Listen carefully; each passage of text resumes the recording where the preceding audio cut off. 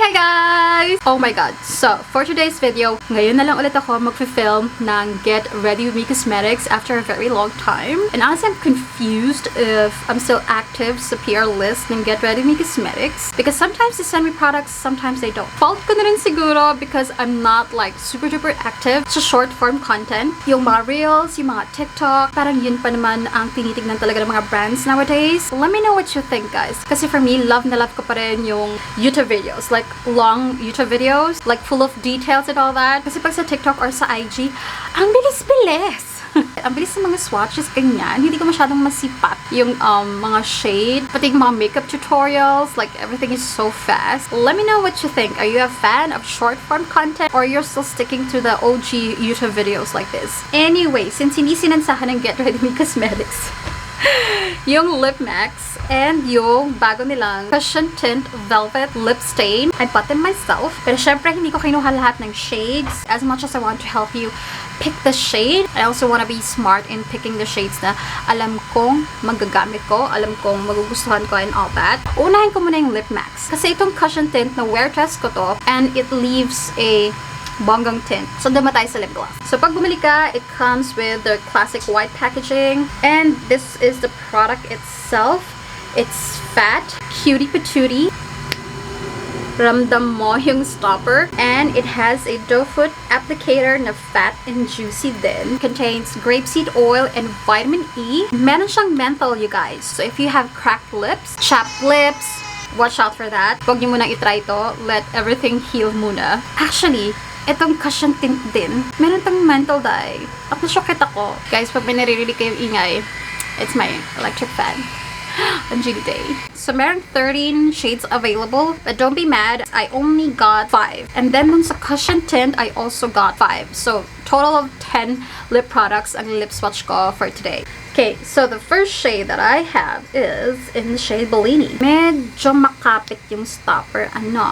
Be careful kasi minsan pag may stopper sa loob ng isang product, if masyado kang marahas, mag-pull out. Minsan, magtatalsik-talsikan yan everywhere. Oh, Bellini is very light and sheer. Oh, the cushion is so soft. Parang minamasahe yung lips ko. So, this is one coat ng Bellini. And it's very, very subtle. Subtle pink. Let's see kung mabibuild up si Bellini. Slight. Kasi nga, sheer lang talaga siya. So, kung habol mo lang is the moisturizing and the menthol effect. And just a tiny pigment. Tiny, close to nothing pigment. One swipe and then you pucker. Pero if you want like extra oomph, you can do 2 layers. So, this is 2 layers of Bellini. Ang lakas maka baby girl lang. Very fresh. Very pang daytime. And ibang-iba siya doon sa nilabas na lip oil ng Get Ready Me Cosmetics. It's not heavy at all. And yeah, lightweight naman siya. Pero ramdam mo talaga yung menthol. Just take note of that. So yeah, this is Bellini. Next shade I got is called Mimosa. And this is Mimosa compared kay Bellini. Kung si Bellini, baby girl pink, baby pink. Si Mimosa is in between pink and coral. Honestly, ang subtle lang nung shine nito. Like, parang nga lang talaga siyang lip balm na ginawang like liquid form. I'm not gonna put it in the category of lip gloss kasi it's too subtle for a lip gloss. So, this is one layer of Mimosa. Now, tingnan natin ang full potential ni Mimosa. Ang bait pa rin niya. Hindi ka pa rin magmumukhang nagmamantika kahit 2 coats na. Gusto niyo i-try 3 coats. Kasi some of you happy na sa ganito, but some of you baka isipin, gusto niyo na parang lip gloss, eh, lip balm lang naman siya. Okay, sa third coat, mala lip gloss na. So, depende sa'yo, depende sa preference mo if you want it to be lip balmy or lip glossy. Kasi meron din siyang potential maging lip gloss. Next shade is Confetti. Yep, it's a pink. It is pink with a purple undertone. For me yung mga ganitong klase ng pink, may mga skin tones na binabagayan, pero may mga skin tones na nagmumukha siyang ashy. Ako, muntik-muntik nang magmukhang ashy, pero laban pa naman. But yeah, this is Confetti. Next shade I have is called Kismet. Ooh. This is going to be, Kismet is like chocolate red, brown with a tiny bit of red. So nakikita ko ha. And sa umangat sa skin tone ko. So this is one dip, pero covered ang entire lips ko. Pag one swipe, and then you pucker, it's just going to give you parang a natural lip color. Pero if you covered your entire lips, it's this really sexy brown with a tiny bit of red shade. Ito perfect to pang nighttime. I mean, you can use all of the shades daytime or nighttime, pero I feel like mas nakakabongga to ng itsura pag ginamit mo sa gabi. If you're gonna go out or if you have a date. Anyway, this is Kismet. Highly recommend that you get this shade. Marami siyang skin tone na babagayan. And the last shade, the Lip Maxx. It's called Frisbee. Super excited about this. So this is Frisbee. One layer. You know the classic red lip tint? This is one layer ng Frisbee. Very subtle red. Para talaga siyang ano, babe. Pag nag-apply ka ng lip balm na classic na solid na lip balm. Now, let's see. 2 coats. Na-build up din yung tint. So, itong Frisbee, this is a classic shade.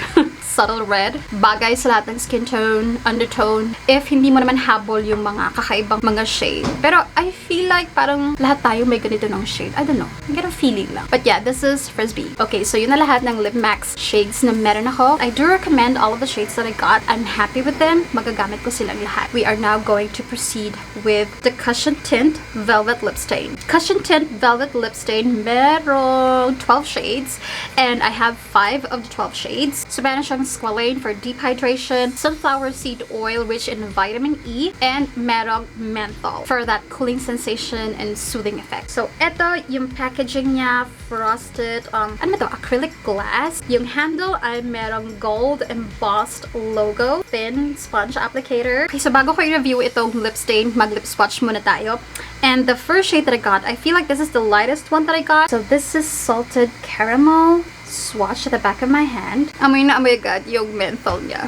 Malalasahan niyo rin yung menthol, guys. So, this is Salted Caramel, one layer. This particular shade, yung opacity niya is parang mga nasa close to 90%. Kita ko pa rin yung outer corners ko. So, let me try to build it up. It's going to cover everything. Nag-build naman yung pigment, pero yung opacity niya, not so much. Pero guys, I feel like yung opacity niya depends on the shade. Kasi merong shade dito na one layer, like covered talaga yung entire lips ko. But this is Salted Caramel. It's a nude. Yeah, it's a classic nude shade. Pag in-apply niyo to, wait for a couple of seconds or probably para safe 2 to 3 minutes and it's going to set and it's going to be transfer proof. Mamaya, ichichika ko yung experience ko kasi winner test ko siya. But yeah, this is Salted Caramel. Wait, hintayin natin mag-set siya because it's going to set into a matte finish. Pero dahil 2 coats yung nilagay ko, medyo napapatagal yung pag-set niya. Ito ngayon nakakaloka dahil sa lip swatch na to. Nag-iiwan ng stain. Itong velvet lip stain. I mean, that's good to hear. That's amazing. That's awesome. Pero sana hindi maapektuhan yung other shades. But I'll try my very best. Next shade that I have is called Rose Quartz. So this is Rose Quartz. It's like a very demure, very girly pink. Sa unang apply mo, hindi siya intimidating. So far, ang subtle lang ng mga stain. Subtle but buildable. So this is Rose Quartz, one dip or like one layer. Akas lang maka-fresh, babe. Actually, mukha nga natural rose. Ayan, pag one layer lang, mabilis siyang mag-set. Magmamattify talaga siya eh. But right now, I can't afford to wait for it to set because the more na tumatagal siya sa lips, the more na tumitindi yung tint na iniiwan niya. And if you layer it with a second one, mas matindi pa yung tint na may iwan, mas tatagal pa yung tint. Be mindful of that. But yeah, this is Rose Quartz. I like it. Get this shade, you guys. Mamaya ipapakita ko yung wear test on how it's going to look like pag nag-set na siya. Oh, you know! Next shade I have is called Pink Granite. Ito ang difference niya sa first 3 shades. Itong si Pink Granite, nagmukha tuloy corally pink si Rose Quartz. It's blue tone pink, you guys. Yung consistency niya, kahawig niya si Easy Jelly Tint. Pero, mas matindi yung tint na iniiwan nito and mas makapit. And ito, may menthol, si Easy wala. So, sa Pink Granite is a blue tone pink kasi meron siyang parang purple orchid undertone. So, I feel like meron pa rin mga skin tone na medyo magmumukhang ashy to compared kay Rose Quartz. Rose Quartz is more flexible. Mas maraming skin tone na babagayan than Pink Granite. Pero pareho silang maganda. Pareho ko silang recommend. Just check yourself if kung yung mga orchid pink bagay sa skin tone mo and sa undertone mo. Sa akin kasi, hit or miss, ika nga. But yeah, this is pink granite. 2 coats ko ha. Pero, tatanggalin ko rin agad. Kasi be, yung stain be, may 2 shades pa tayo be. Baka maapektuhan. Okay, second layer. Ayan, 2 layers. Mas umangat yung orchid. Okay, tatanggalin ko na. Buti na lang talaga guys. Baby oil is the key to success. Next shade that I have is called Mint Gillette. So this is Mint Gillette and it is a brown shade. Kaya lang day. I don't know kung na-experience nyo na may mga brown na parang nangangalawang. Pero may mga brown na talagang really nice, really sexy. Tingnan natin ito. Medyo in person ha, nakikita ko medyo ashy brown siya. Maganda naman. Pero baka mga lawang, magmukha siyang kalawang. Or ashy nga, dun sa ibang mga skin tones. Mayroon eh. Like sa biglang tingin, it looks like brown lang. Pero pag sinipat ko na sa malapit, parang nagkakaroon siya ng parang gray something. I'm just trying to explain what I'm seeing in person. Pero asahan nyo, case-to-case basis yan dahil magkakaiba tayo ng skin tone and undertone.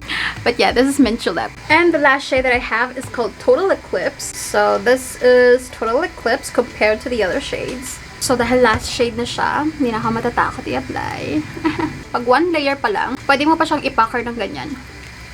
Pero if you're planning to like apply a second coat, wag mo na i-pucker kasi masisira yung itsura. Pero with Total Eclipse, I don't think you need a second layer. This is kind of in between red and magenta, like deep, like very deep, close to vampy. Tapos lagyan din siya ng very tiny brown.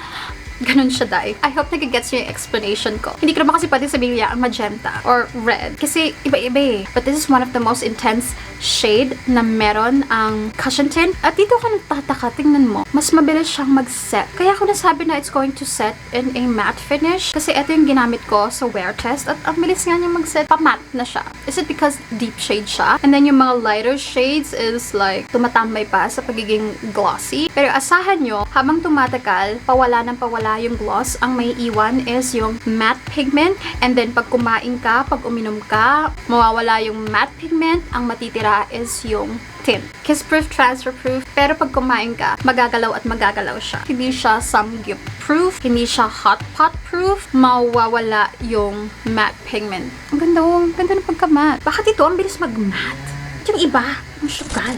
I'm going to test the lighter shades ha, kung magma-match siya, and then I'm just going to insert a clip somewhere. Oh my god, you guys, Hagarda Versace ng bonggang-bongga. This is what my lips look like.